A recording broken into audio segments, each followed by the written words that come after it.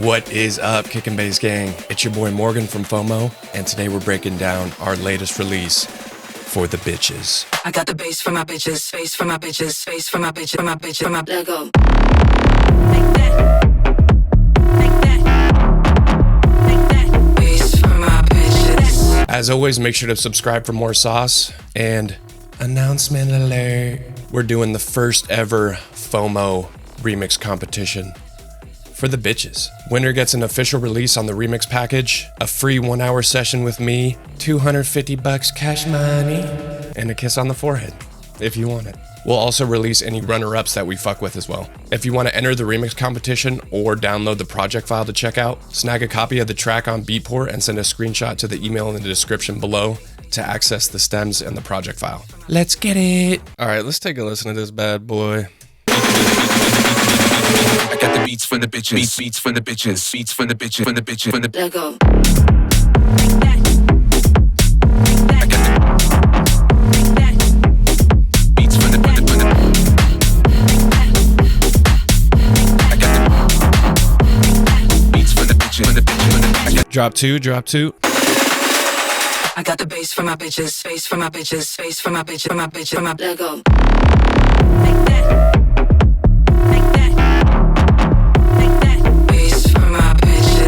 Yeah, so made this song for your bitch, that's crazy. But anyways, let's hop into the kick and bass to start. Pumping. So this idea actually started out with just the groove generator. So I just bounced out the kick from the groove generator, nothing on it, and then I just layered another attack layer on top of it with the lows and highs sculpted out a little bit just to make it fit. And then for the bass, just an 808 sort of sound directly out of the groove generator. So we have OTT just to make it a little fatter, standard multiband comp just to level it out more, EQ8 just to bring in some more of the highs and some of the punch, then bass punch in parallel just because this always sounds good on basses. Saturator set to medium curve. So whenever you take this and put it on soft, medium, or hard, it's going to give you just a little bit of beef. And obviously, the higher up you go, the more beef. Yeah, so just always adding beef, and then just probably overkill with the processing, if I'm going to be honest with you, but we're just adding punch just over and over, and then sculpting out some of the highs in the end, and then we just have a little bit of sidechain. For the MIDI itself, so we're in D minor, so we just have the octave up, swooping down to give sort of like a pitch drop on the impact. Then we have the high D down to the low D, up to the fifth, and then some more like swelling gliding notes just to give it like that roll. Just going all over the place. And then this pretty much repeats throughout the entire track. Nothing crazy going on here. Let's check out the cymbals next.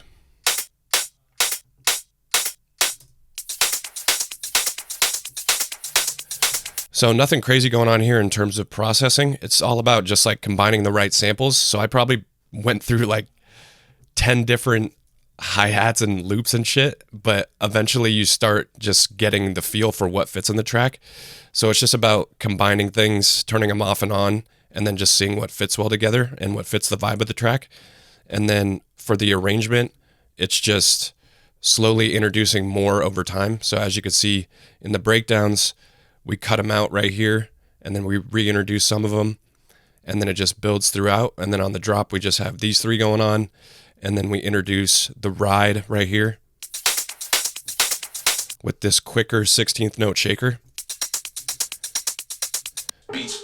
And if we check out the processing on here, we just have overdrive so this is actually super cool to do with your cymbals. So after you get the sound selection that you like, if you just put an overdrive on the group and listen to the track and move this around, you'll kind of get it just to fit better in the mix.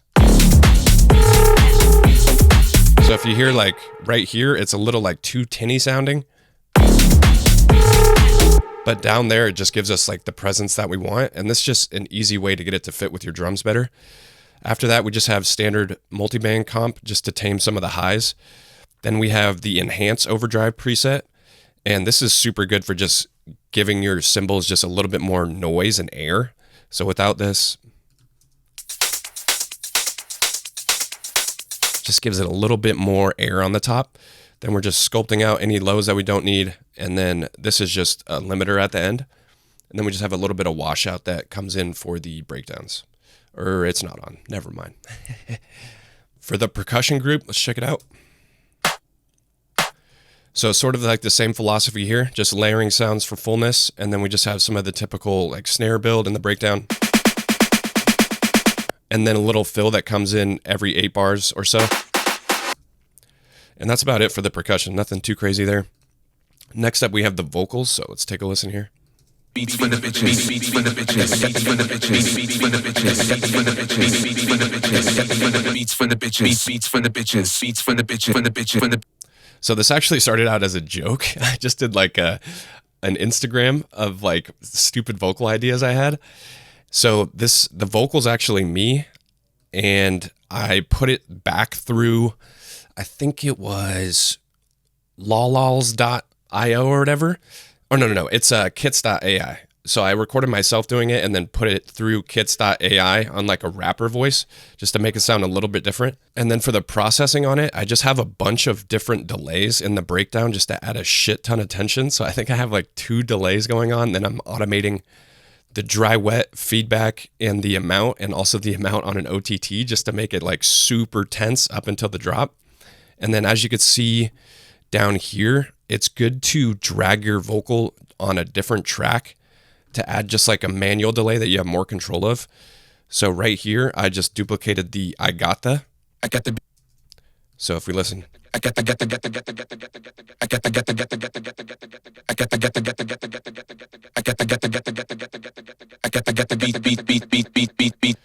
So if you duplicate it on its own channel and then control the delay that way, it just gives you way more control. And that way you could have just a bunch of tension leading up into the drop. I got the beats for the bitches, beats for the bitches, beats for the bitches, for the bitches, for the. Yeah. Then we got the cheeky Lego. Bitches for the Lego. Yeah.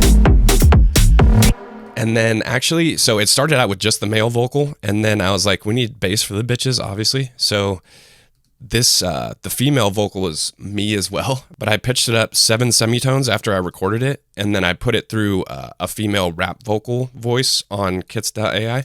I got the bass for my bitches, bass for my bitches, bass for my bitches, for my bitches, for my Lego. I got the bass for my bitches, bass for my bitches, bass for my bitches, for my bitches, for my Lego. Like that. Like that. Disgusting. Next up, we got the synths. Let's check them out.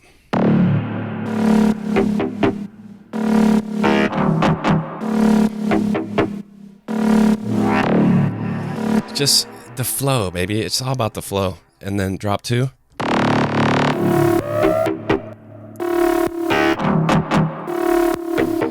So let's check out this first one here. We got a little downbeat. So this is a preset that's actually in the underground pack. And it's just a sort of dark wubby sound with the Icon Has kick wave table and a saw. And then we have envelope 1 controlling the cutoff. So just adding an impact on the drop there. And then that sound I actually duplicated for drop 2 and then just pulled up the filter. So if we check this out. So I just pulled up the sustain and made it from a wub to just like a dark ass brass sound. And there's actually nothing in the post-processing here. Next sound we have is the woo. It's just satisfying. So for this sound, let's check it out. This is also a sound in the underground pack. So it's just 2 sine waves here. And then we have oscillator B is up 2 octaves and up 7 semitones. And then we have the level actually on this one and then FM from B.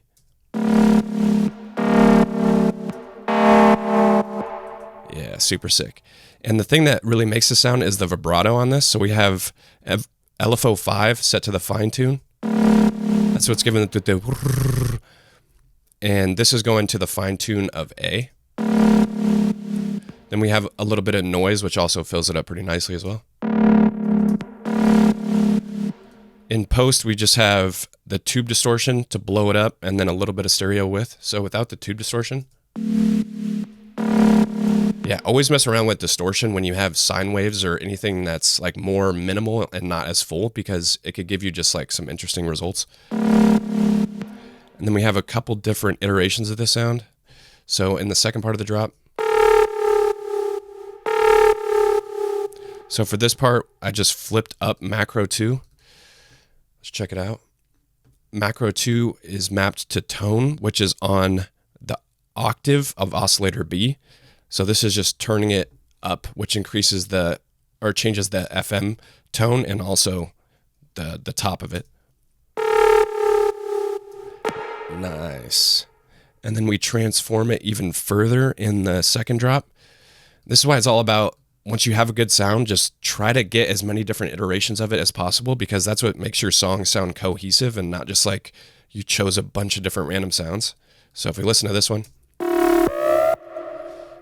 this was actually on accident. So I was just fucking around with pitch bend and it just flipped up, and I was like, oh, that's for the bitches. So for this one, we have the serum pitch bend mapped right here, and it's just jumping up to a random amount that it landed on, and then it glides up to the octave above. Because I have in serum, it's set to pitch bend plus or minus an octave, just because you could get the most interesting results that way. And then that only happens on the first hit every 4 bars in the drop. Next sound we got is the big booty donk. Let's check it out. So this one is bass donk semi. It's in one of the kick and bass packs, but essentially we just have LFO 1 controlling the level and the cutoff just to make it a donk, obviously. And then we have OTT to blow it up, distortion to blow it up, and then another EQ just to tame some of the highs again. And it's just a little bouncy guy keeping the rhythm. Then for the second donk under it, what I did was I resampled the first one and then I just pitched it down an octave. So again, it just sounds like it fits the track because it's from a different sound. And then I did a bunch of bullshit to it. So overdrive just to give it presence. And then everything thickness on it and a limiter. Huge. Then we just have a couple fill sounds to lead into the phrases. So this is just a wub sound from underground. Or no, actually this is again the donk. So instead of having it with the downward ramps, I just pulled this up and now it's like a sort of like a flare wub into the downbeat. And then we have one more below that, which is absolutely huge. So for this one, it's just a square wave. Actually, it's the same patch, dude. I was cooking. So instead of having it all the way up, I just made it ramp the opposite way. And then added a shit ton of reverb to it. This is how you get a bunch from one preset. And then in terms of the sound arrangement, we're just automating everything. That's it. No, but for the breakdown, it's just filter and washout. And then just changing up some of the macros in the B part of the drop and changing some of the tone throughout just to add variation. Let's check out the effects here.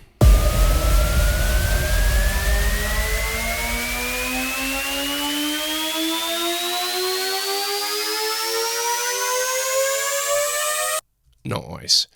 So we got a couple different impacts and a cymbal transition just to lead into the breakdown. So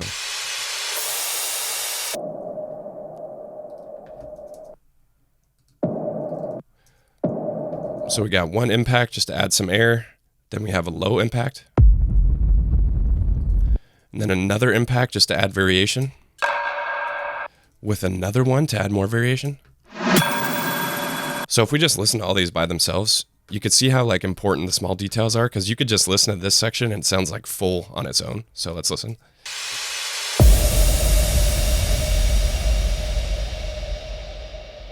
Nice.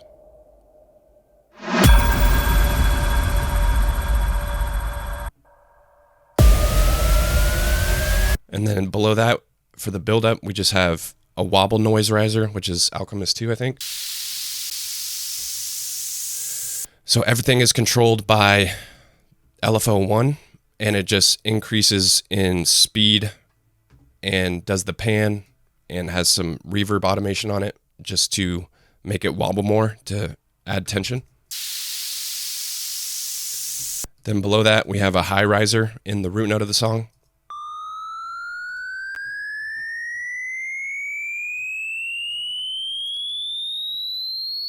And this is just a triangle wave with a super quick vibrato to make it weird sounding. And then we have macro 1 set to the pitch just to add tension. Below that, we have a mids riser just to fill up the mid range.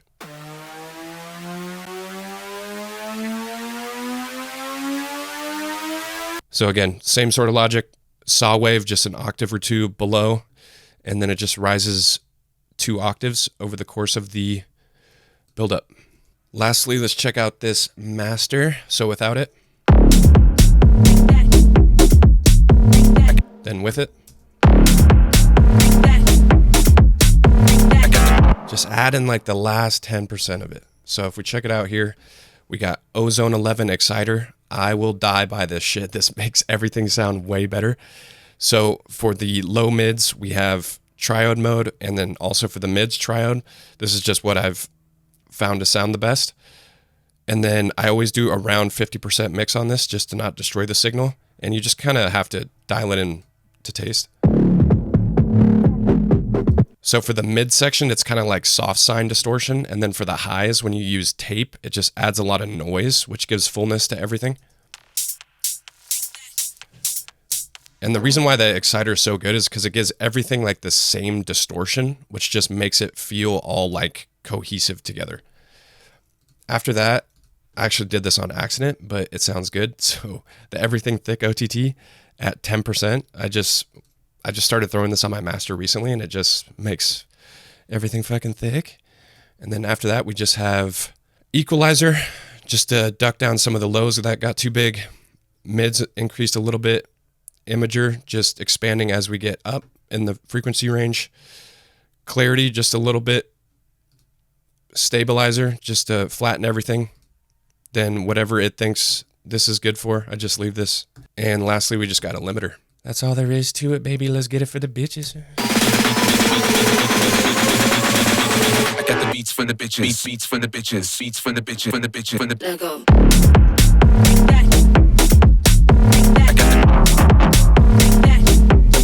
beats from the All right, gang, that's going to do it for the track breakdown. Make sure to subscribe for more sauce. And if you want to check out the full project file or enter the remix competition, links are in the description below. Peace.